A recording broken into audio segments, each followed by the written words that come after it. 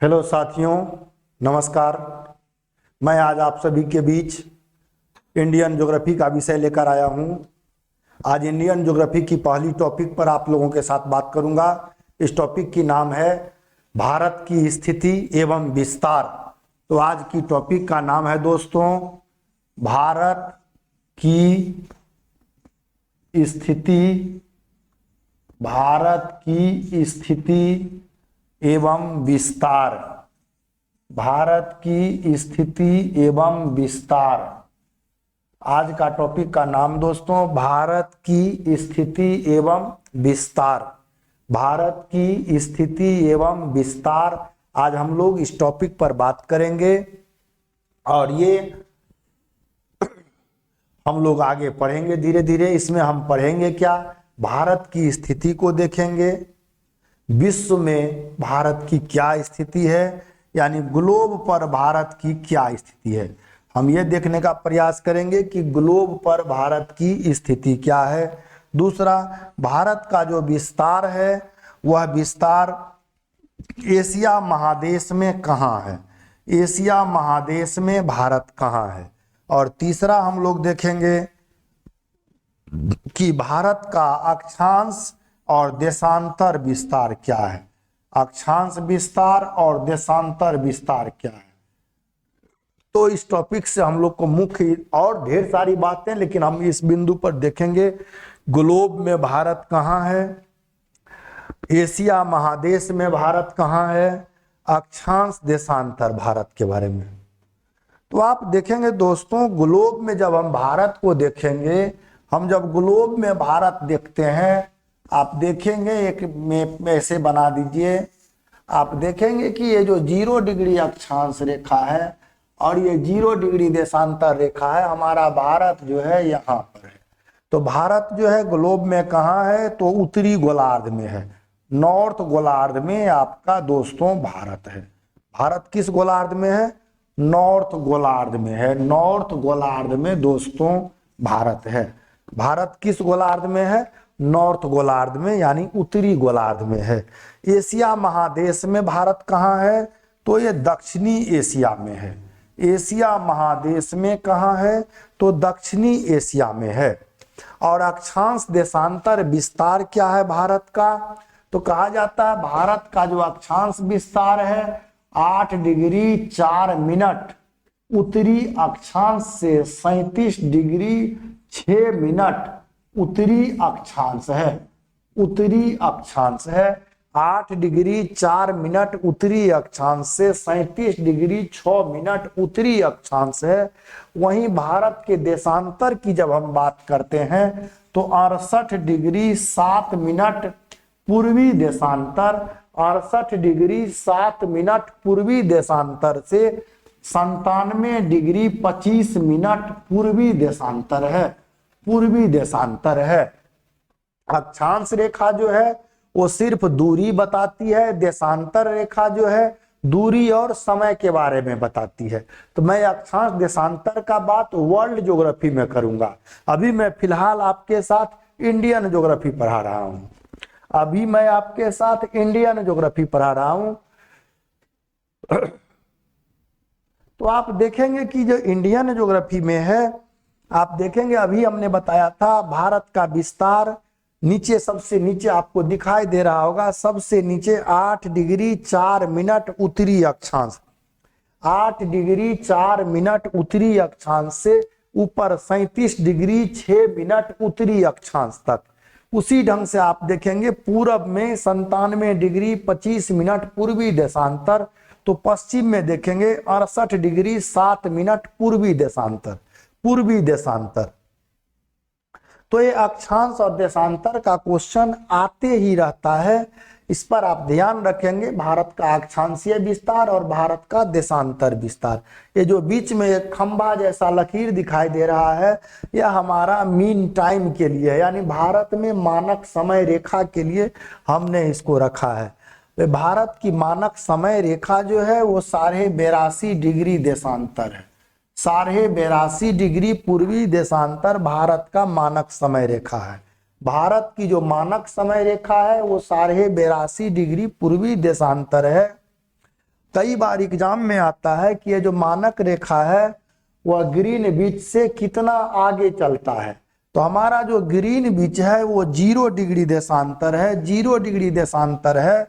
और यहाँ से भारत जो है पूरब में है।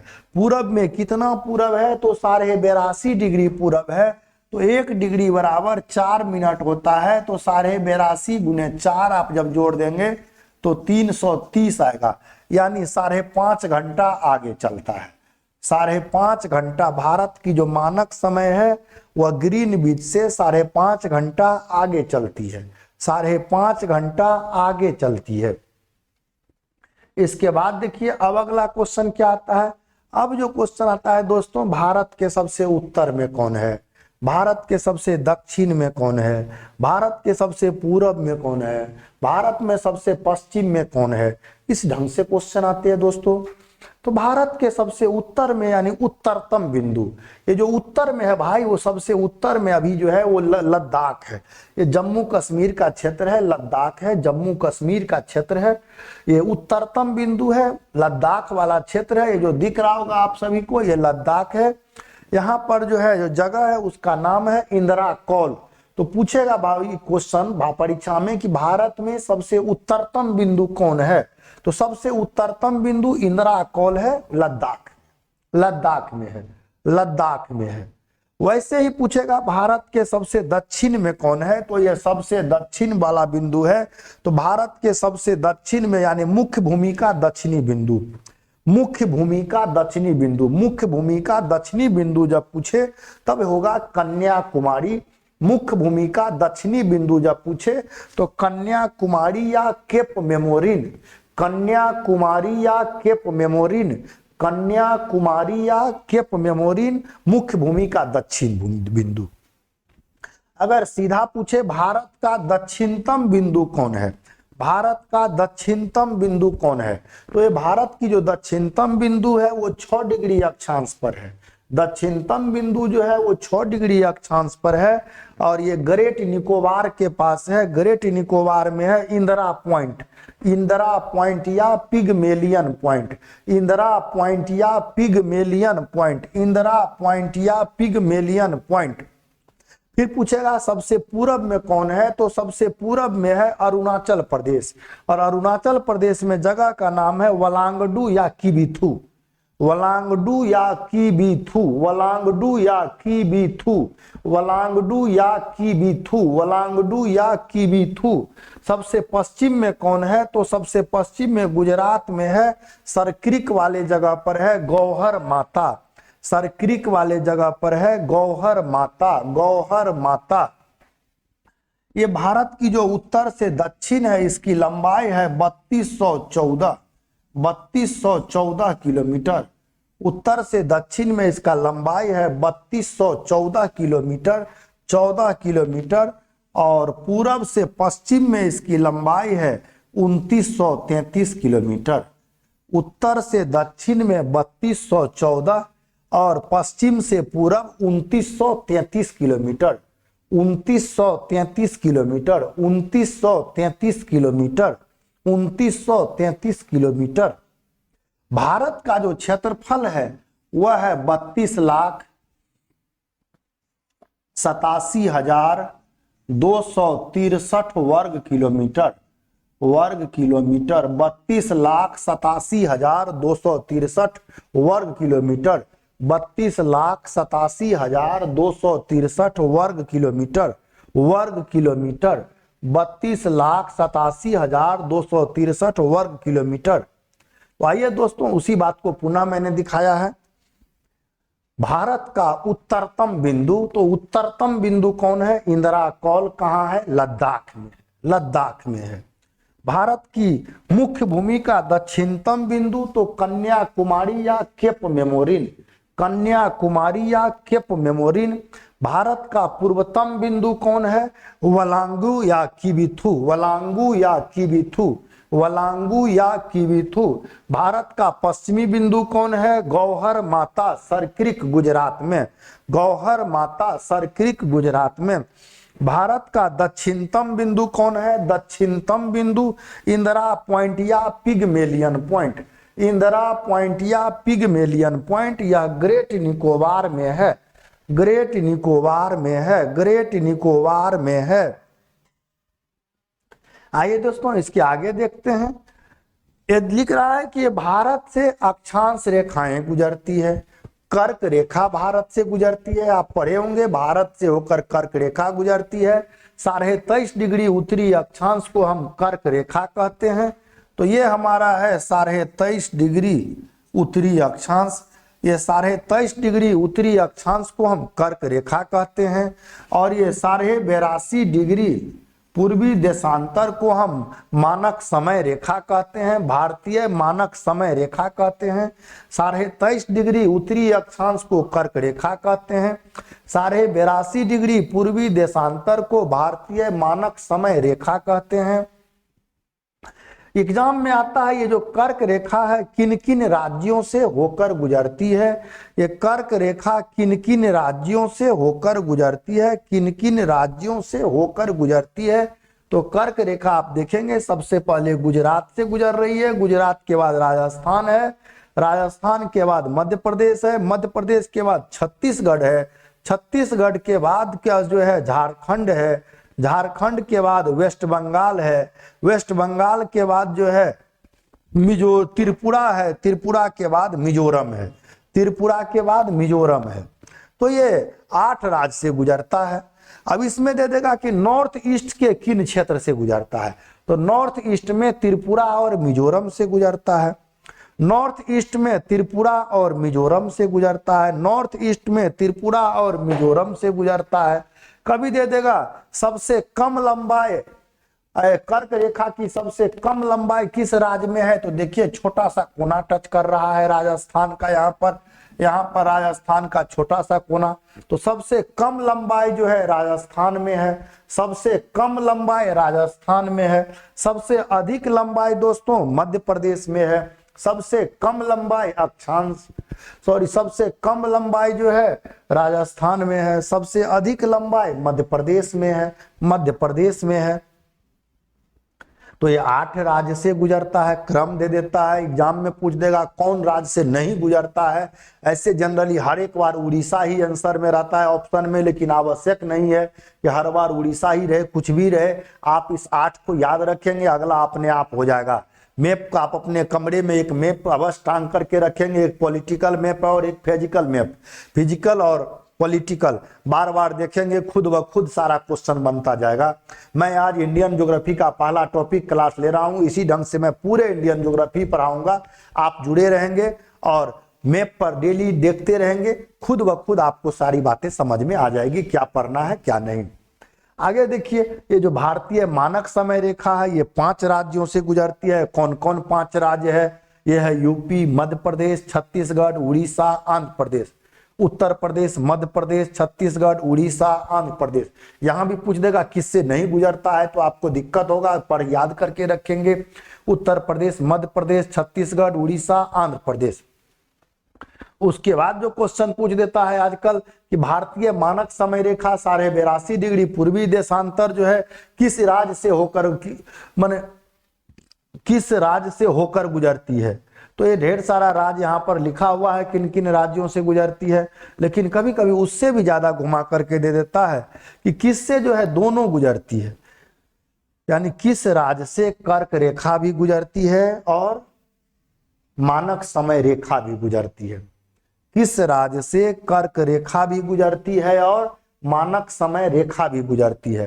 तो आप देखिए आपके सामने दिख रहा है कर्क रेखा और मानक समय रेखा, ये दोनों गुजरती है मध्य प्रदेश और छत्तीसगढ़ से। किस राज्य से कर्क रेखा और मानक समय रेखा दोनों गुजरती है, वो है मध्य प्रदेश और छत्तीसगढ़। मध्य प्रदेश और छत्तीसगढ़, मध्य प्रदेश और छत्तीसगढ़, मध्य प्रदेश और छत्तीसगढ़।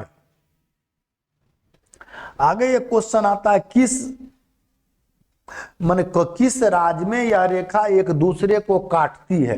तो ये जो काटती है वो जो है मुख्य रूप से थोड़ा सा इधर आएगा, वो छत्तीसगढ़ है। छत्तीसगढ़ में कर्क रेखा और मानक समय रेखा दोनों एक दूसरे को काटती है। छत्तीसगढ़ में कर्क रेखा और मानक समय रेखा दोनों एक दूसरे को काटती है। छत्तीसगढ़ में कर्क रेखा और मानक समय रेखा दोनों एक दूसरे को काटती है। छत्तीसगढ़ में दोनों एक दूसरे को काटती है। आगे जो क्वेश्चन आता है सो देखिए, कर्क रेखा के नजदीकी शहर कौन है? तो एक कर्क रेखा के नजदीकी शहर के लिए हमने एक छोटा सा गुड़वा लिख दिया था, वो सब आप ध्यान उतना नहीं दे सकते हैं। कर्क रेखा पर है गांधीनगर, उज्जैन, रांची, भोपाल और अगरतला। अगर आप ये 5 ऑप्शन याद रखते हैं तो आपको कभी भी गड़बड़ी नहीं होगी, क्योंकि कई बार जो है रेलवे में पूछ देता है ये क्वेश्चन, क्षेत्रीय लोग जो जिस इलाके वाले होते हैं क्वेश्चन सेट करने वाले अपने हिसाब से क्वेश्चन उधर वाले डाल देते हैं और आपको परेशानी होने लगती है। तो याद रखेंगे, नजदीकी शहर गांधीनगर, उज्जैन, रांची, भोपाल, अगरतला। गांधीनगर, उज्जैन, रांची, भोपाल, अगरतला। गांधीनगर, उज्जैन, रांची, भोपाल, अगरतला। गांधीनगर, उज्जैन, रांची, भोपाल, अगरतला कर्क रेखा से नजदीकी शहर।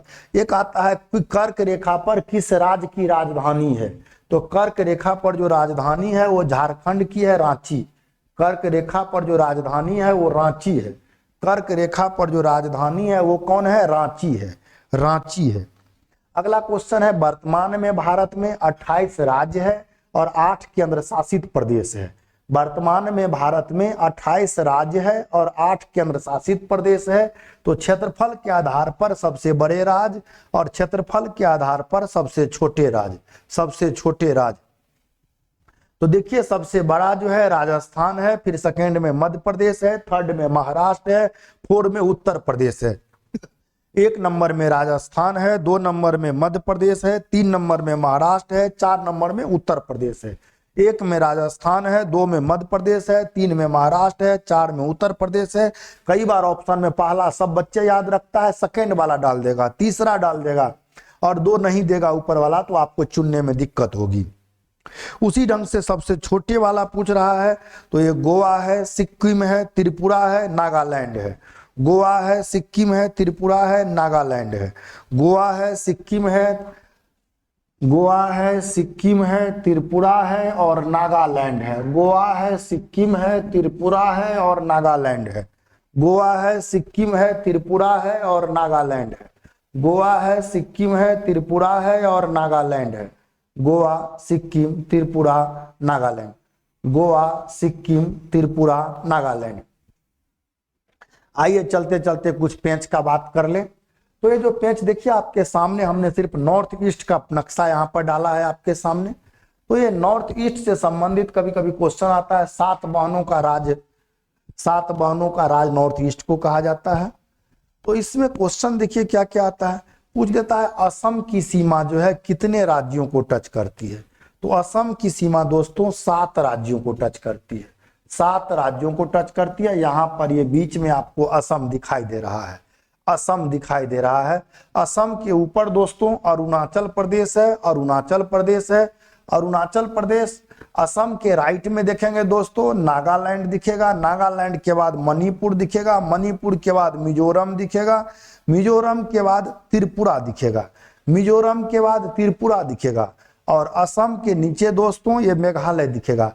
ये नॉर्थ ईस्ट को मैंने इसीलिए अलग से रखा कि नॉर्थ ईस्ट का क्वेश्चन जल्दी नहीं बन पाता है, बच्चों को कंफ्यूजन ज्यादा रहता है, ये मैप उसको याद नहीं रहता है। इसीलिए आप इसे 1 बार 2 बार 3 बार अलग से देखने का प्रयास करेंगे। और 7 सिस्टर में सिक्किम नहीं आता है। 7 सिस्टम में दोस्तों सिक्किम नहीं आता है। 1 2 3 4 5 6 और 7, लेकिन इसमें सिक्किम दोस्तों नहीं आता है। तो आप इसको मैप को बार बार देखेंगे और बाकी भारत के सभी राज्य के बारे में भी आप देखेंगे। फिर हम अगले पार्ट में पुनः आपके साथ मिलते हैं। धन्यवाद।